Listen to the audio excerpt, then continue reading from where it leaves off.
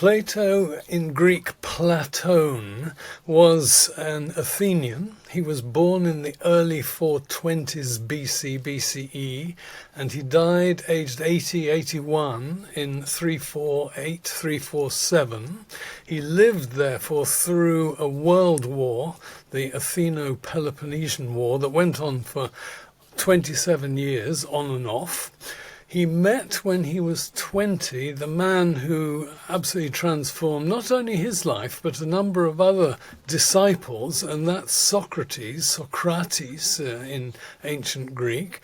And he was about 27, 28 when his mentor, his idol in a way, was condemned to death for impiety by the Athenian democracy.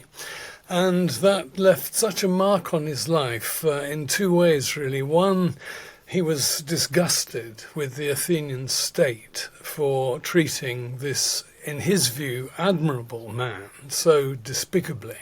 And secondly, he then proceeded to compose a stream of philosophical works, dialogues, of which Socrates was the principal interlocutor. After Socrates' death in 399, Plato founded, 10 years or so later, an academy, and it's so called. I mean, we use the word academy, don't we? A football academy, which has nothing much to do with philosophy.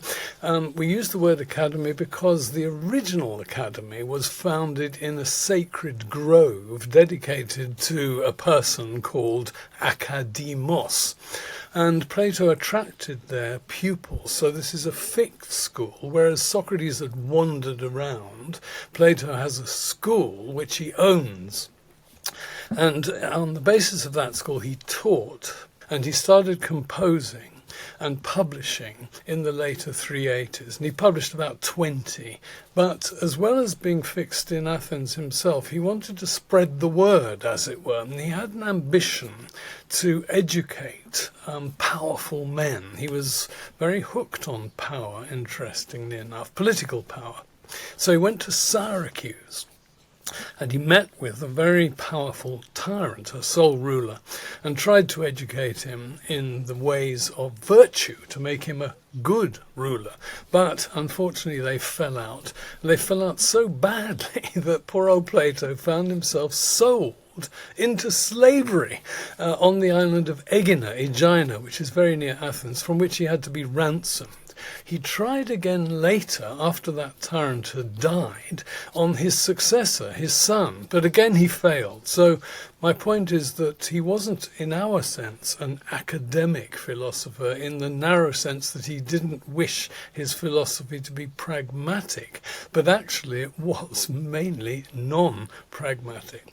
Then he spent the last, probably 20 years of his life composing a single work, and this was to be his summa, his summation of all his thinking, philosophically, politically, about an ideal city. So he, as it were, creates on paper, papyrus originally, an ideal city which is set in Crete. And that was his last work, as I say, occupying him perhaps for 20 years.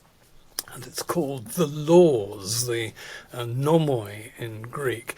And he died aged 81, as I've said, in about 347.